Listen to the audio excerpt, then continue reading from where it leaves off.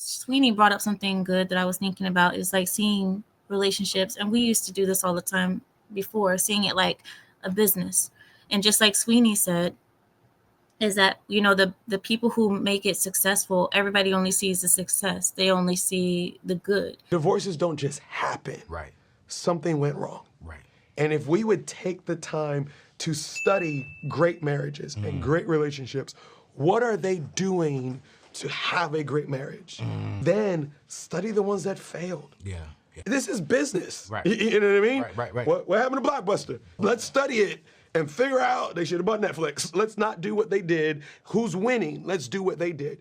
We don't do that in relationships. Is it wrong for me to look at a relationship like a business deal? It depends. Ooh. It depends. Well, I'll say this. First of all, we pay more attention to our business than we do to our marriages. We would say we value people more than we value money, but that's not how we lead our lives. People don't see the struggles and all the times you had to fail. And do you know all those people that we see, the billionaires, like even Trump? I know a lot of people don't like Trump, but Trump failed so many times before he actually got his money and his business going. He had to go bankrupt, I think like maybe twice before he did it. And the same thing with like relationships and marriages. People don't see the failures and the everyday and the fighting and the separations, and how some people, they separate for a month or two and then they get back. Then they go through that maybe a couple years down the road again. But I believe that one of the main factors of why people separate is because one person is not giving what needs to be given. One person is not playing along. Like you have one person who's in it to win it and who's trying, and the other person isn't giving anything, or they're giving so little that it doesn't mean anything. So the other person gives up because they get tired. The other person gets tired. And I think that's why you have the majority of separations today. And also temptation. People always looking, like we call it the microwave generation. We're living in a microwave generation where people want everything instant. Everything is right now, today. People have a 1 minute attention span. People can't read books anymore because books are too long.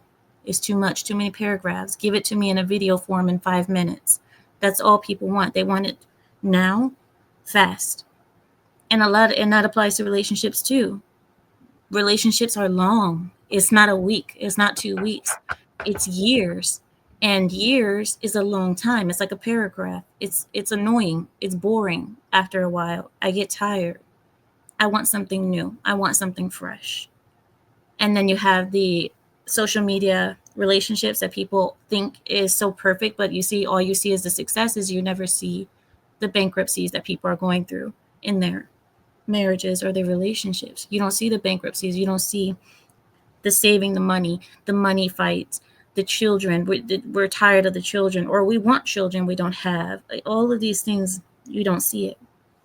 So I think Sweeney has a good point when he says comparing it to business, and failing is what makes you successful. Nobody just succeeds. People have to fail in order to get better and to succeed eventually. And I think a lot of people assume that you say "I do" once. You don't only say "I do" once. You say it over and over and over and over. It's consistent.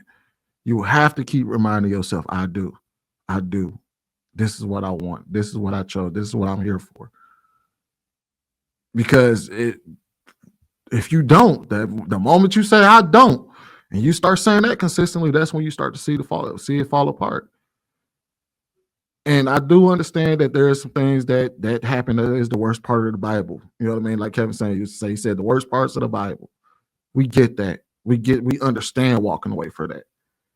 But a lot of the instances where I see people walk away, and I mean just you know what I mean? Because I like to assume that people like to walk away for, like, when you hear them break up in relationships, they often would leave marriages for the same reasons. And I'm telling you, the time when I've seen some people walk away from relationships and marriage, I'm like, come on now, man.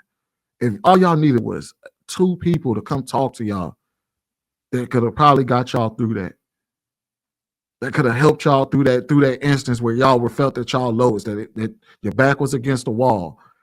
and y'all started to turn on each other. There's oftentimes, is this fixable? And sometimes you can't be the determining factor on that, especially when y'all don't see eye to eye. Sometimes somebody has to come in and tell you, hey, what y'all going through is fixable. Wisdom. They need wisdom. And oftentimes a lot of people don't go and seek that out. They just be like, well, fuck it, I'm done. And then the other person, I'm done too then. Yes, Yeah. Cynthia. Yes, Cynthia Johnson. I'm sorry. Cynthia Johnson said something. She said, according to Ameera, Black women should stay so Black men can make more money. Yes. Yes, you should. Be like every other race. That's how Sorry. it starts with family. Jesus Christ. The people who couple up tend to be more financially stable. On what planet is that not a thing? This is what and nobody's telling y'all to go get with somebody that literally has no money. We're talking about the average Black man and the average Black woman. If you're just talking about the average Black man and the average Black woman, you can come together and make shit shake. At least at bare minimum. When has going it alone ever been the smart choice for most people? I think what Ameera is suggesting is if Black women can be on a consensus, a unit, which is probably impossible at this point, is moving in unison mentally and all subscribing to, okay, look, we just gonna stay home and let our men work, and they're gonna have to give Black men more jobs. I don't think this is gonna happen. It's gonna take all women in this nation to do that, not just Black women. Wait, Darwin, I'm sorry. Can you say that again? You said, repeat that. Correct me if I'm wrong, Ameera, because it sounds like a economic move, which it makes sense because then obviously if you look at the numbers, then they got to compensate for.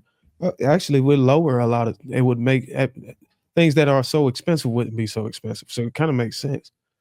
So you're right. You've heard me say this many times. I think the women that are doing that in your country are moving on the same standard and principles, so to speak. They believe in the same thing, maybe.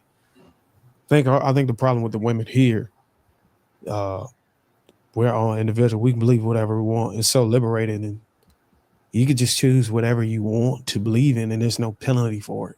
The penalty is in the community failure, but it's not a direct effect to the individual. They just cut their losses and say, fuck it, I'll just move on and try it again with someone else. Nobody cares about how it's affecting the entire group. Those things are a thing of the past over here. So asking for women to move like that is going to be kind of difficult.